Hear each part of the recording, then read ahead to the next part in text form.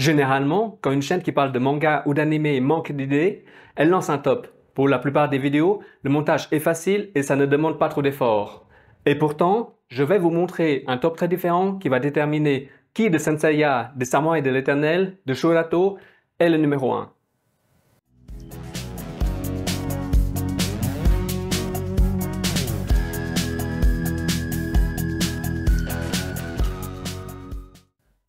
Bonjour à tous, bienvenue sur la chaîne, je suis Aitra. Vous n'avez plus besoin de le faire parce que je vais le rechercher pour vous. Dans cette vidéo, je vais vous parler du concept de faire un top pour une chaîne, les motivations et aussi le but recherché. Mais avant d'aller plus loin, merci aux personnes qui s'abonnent et qui likent. N'hésitez pas non plus à partager, c'est gratuit.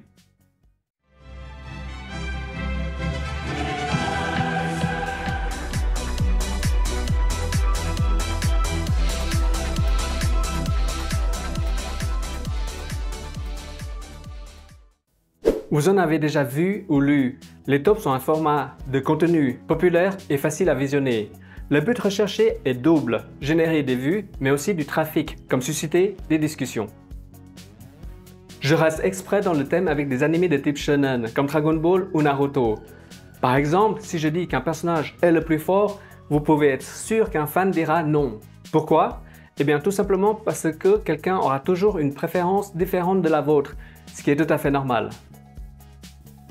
Pour faire plus simple ou vulgariser, c'est un mot qui fait un peu savant, c'est comme pour les couleurs. Nous avons toutes nos couleurs préférées. Eh bien, celui qui lance le top le sait pertinemment et va essayer de vous piquer. Parce que certains fans ont tendance à rechercher les informations qui confirment leurs croyances préexistantes. Et vont rechercher à les défendre, ce qui est aussi naturel.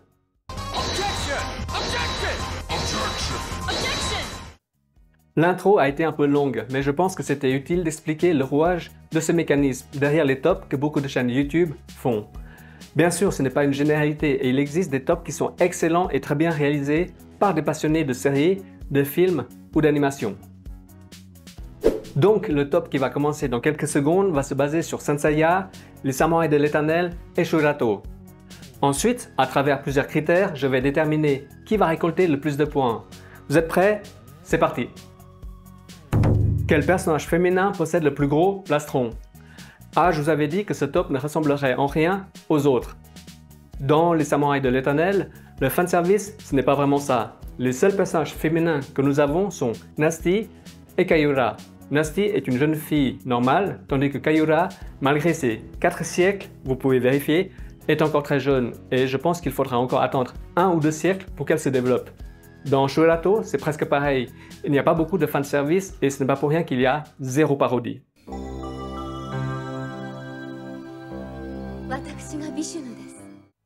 Par contre, sur Senseiya, nous sommes servis. Certains personnages féminins sont de vraies machines à fantasmer sur pattes. Et de tous les personnages, c'est la déesse Athéna du XVIe siècle qui possède les plus gros atouts. Elle apparaît dans The Lost Canvas et ses arguments sont imparables. Le premier point, pas pour Senseiya. Quelle série possède la plus grande dominatrix? Dans Les Samouraïs, quand Kayura est possédée par un esprit maléfique, elle écrase des mains. Ça fait seulement aspirant sadique et c'est presque rien par rapport à ce qui nous attend.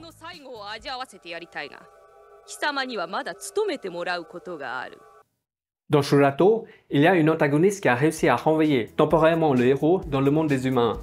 Là, en matière de domination, c'est un niveau au-dessus. Nous avons le sourire et le pied qui est sur la tête.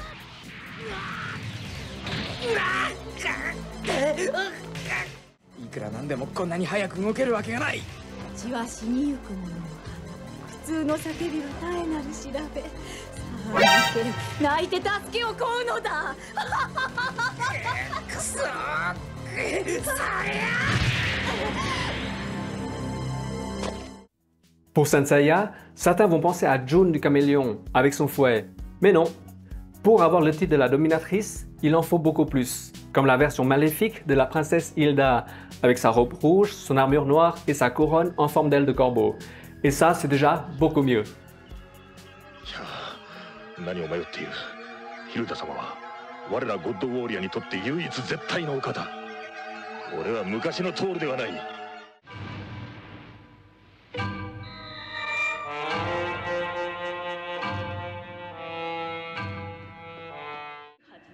あの世への友がなくては寂しかろう。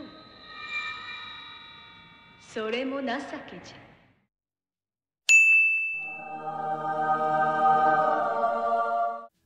Mais la véritable dominatrix, celle qui mérite le titre de reine, c'est Pandora de The Lost Canvas. Dans le manga, vous avez la scène où elle met son talon sur le surplis de Radamanthys, et devant ses hommes en plus. Je rappelle que ce juge de l'enfer est très fier de son armure. Je préfère te prévenir que si tu fais le moindre accroc à mon surplis, c'est avec une joie non dissimulée que je t'arracherai ta sale petite tête. En plus, avec son regard vers le bas, son sourire et sa robe noire fendue, il ne manque plus que la version animée et ce serait parfait. Un autre point pour Saint Seiya.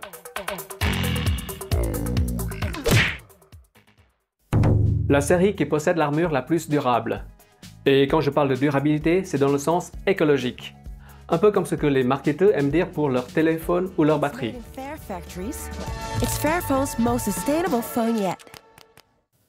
Alors désolé pour les fans de Saint Seiya, mais les armures d'Athéna, les écailles des Marinas, les robes des guerriers d'Odin ou même les surplis d'Hadès ont l'air vraiment fragiles. Parce que à chaque fois les gars finissent en pyjama.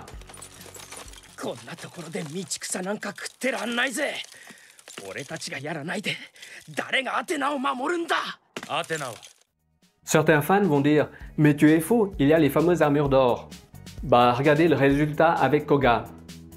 Oui, mais ce n'était pas Seiya qui le portait. Bah je ne vois pas la différence. Oui, mais Omega ce n'est pas canon. Et ça c'est quoi?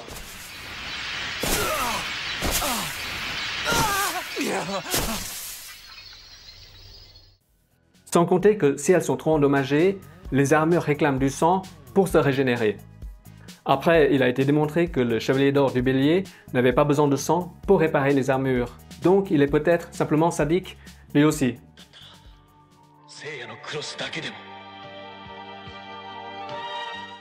Dans Shurato, même si les armures sont très endommagées, les parties importantes du corps restent protégées, ce qui est déjà mieux que les armures dans Saint Seiya.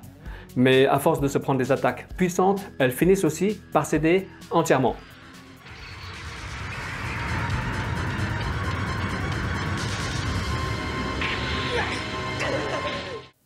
Non, les armures les plus durables sont celles des samouraïs de l'Éternel. Ça se prend des mandales, des attaques à l'arme blanche ou même des attaques élémentaires. Mais dans l'épisode suivant, hop, on les retrouve toutes neuves. Le point va donc pour les samouraïs.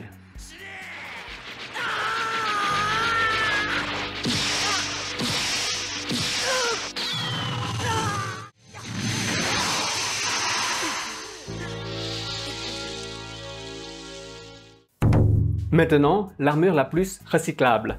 Dans Shurato et dans les samouraïs, les armures restent identiques du début de l'aventure jusqu'à l'épisode final. Mais dans Saint Seiya, vous avez vu comment elles changent de design. Pour la même armure, vous avez plusieurs formes différentes. C'est incroyable. Le point va donc pour Bandai, pour Saint Seiya. L'armure la plus couteau suisse.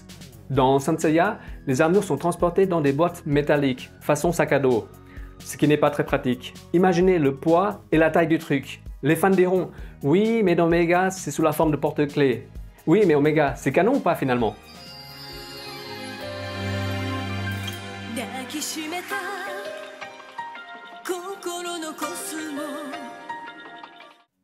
Dans les samouraïs, je n'en ai pas parlé dans mes vidéos, mais c'est sous la forme de billes. Ça se met facilement dans la poche ou dans la valise si vous voulez voyager. C'est donc beaucoup plus pratique que les boîtes métalliques de Saint Seiya, même si le risque de le laisser dans la machine à laver est très élevé. Mais la meilleure option est pour Shurato. Ce sont des petites figurines qui peuvent se transformer en skateboard qui volent. Pas besoin d'essence et en plus, ça peut supporter 2 adultes.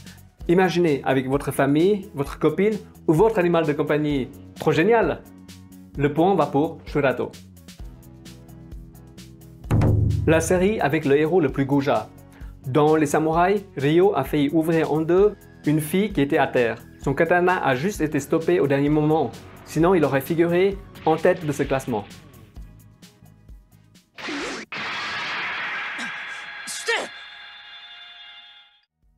Shurato, lui, a carrément désintégré une jeune femme. Mais il faut dire que c'était un retour de bâton pour l'antagoniste, qui lui avait marché sur la tête et qui avait essayé de le tentaculé. Ce n'est pas dans le dictionnaire, mais vous savez de quoi je parle.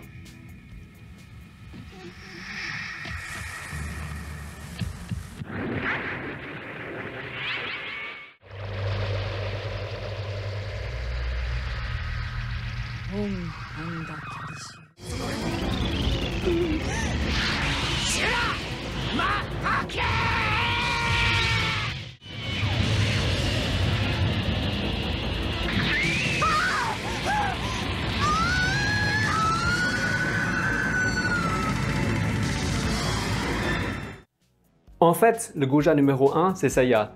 Souvenez-vous, jamais je ne porterai la main sur une femme. Bah, il a vite oublié sa devise, hein. Dans l'épisode 19, avec ses météores de Pégase, il a mitraillé une jeune adversaire qui était à terre, de dos, et qui avait déjà perdu. Bravo Seiya.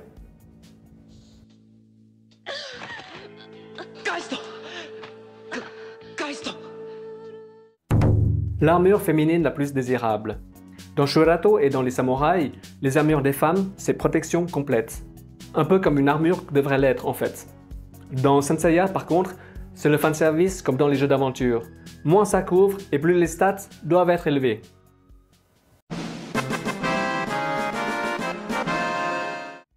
Les armures pour les personnages féminins, c'est souvent le minimum syndical, alors autant assumer. Je mets directement l'armure d'argent de Yuzuriya, comme la plus désirable.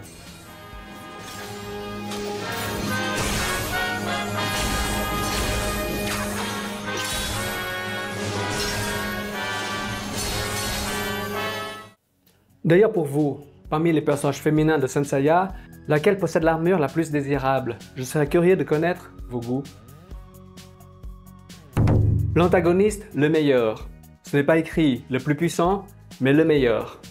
Dans les samouraïs, Arago est un boss final de Bioman, qui veut gouverner le monde des esprits et celui des humains par la force. C'est classique. Dans Shurato, Shiva est plus machiavélique, avec ses manipulations, mais ça reste une antagoniste et au final, elle envahit le monde céleste par la force. Il ne reste plus que Saint Seiya, et je vais m'intéresser particulièrement à Soul of Gold. Loki n'a rien fait de mal, ou presque.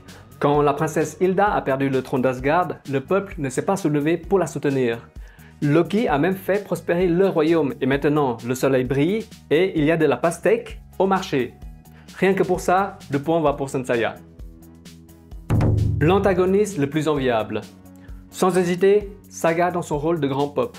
En prenant le pouvoir au sanctuaire, il est maintenant entouré de belles servantes qui lui donnent à boire et à manger.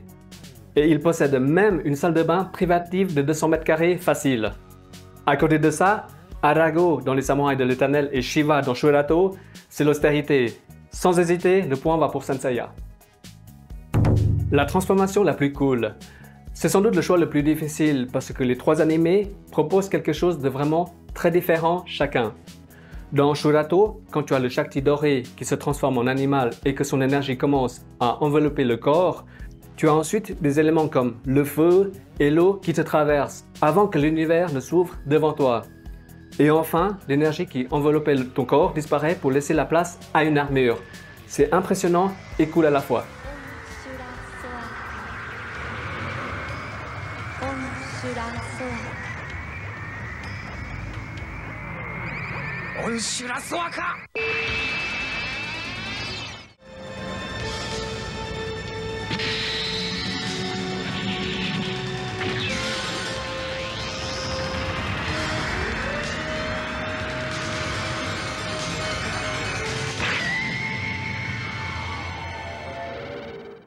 Dans Saint Seiya, au début en tout cas, je trouve génial l'idée de tirer sur une chaîne pour libérer l'armure qui est enfermée dans sa boîte sous forme de totem. Bon, la boîte fait cette taille, mais quand l'armure sort, elle fait cette taille. Ça n'a aucun sens, mais ce n'est pas grave. Le meilleur moment, c'est quand le totem explose et que les pièces de l'armure arrivent sur le corps du porteur, avec le son et les effets. Incroyable et inoubliable.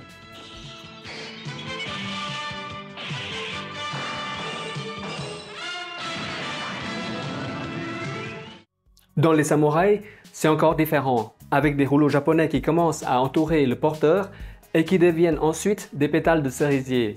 Et à la fin, le héros soulève une poignée de pétales qui vont se transformer en casque.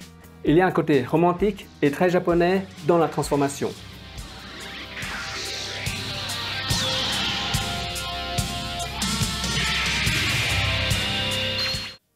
Bref, pour moi c'est difficile à choisir.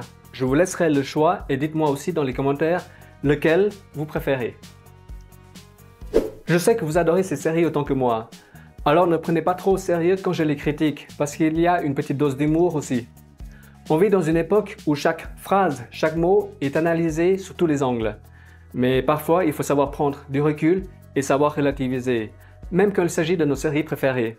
Un peu d'autodérision ne fera jamais de mal, non? Je vais m'arrêter là. Peu importe les classements, les débats enflammés sur les meilleures armures ou les personnages les plus stylés. Votre héros préféré, c'est celui qui vous parle le plus à vous, ici. C'est celui qui vous accompagne dans vos aventures, qui vous inspire et qui vous touche.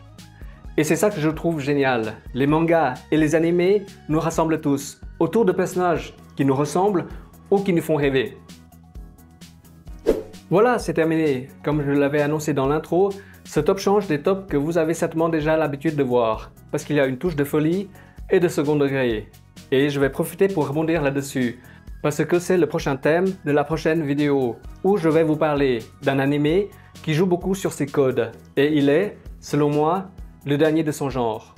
Sur ce, je vous dis à bientôt, et prenez soin de vous, c'est très important.